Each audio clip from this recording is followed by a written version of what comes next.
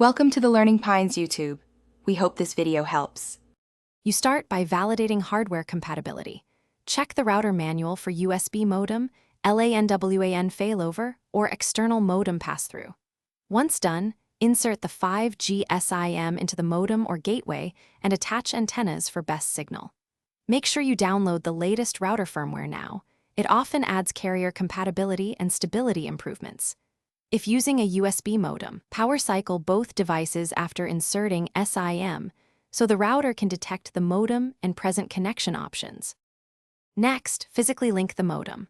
Plug the USB modem into the router or run Ethernet from the 5G gateway to the WAN port. You'll open the router UI and choose mobile broadband or USB modem as the WAN interface.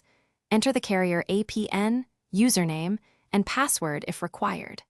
Then set network mode to 5G or automatic so it prefers 5G bands. Also enable DHCP and NAT on the router so LAN devices get addresses and internet access through the new 5G link. To finish, optimize placement. Move antennas or the gateway to higher, unobstructed positions while monitoring signal strength so you get reliable 5G bands.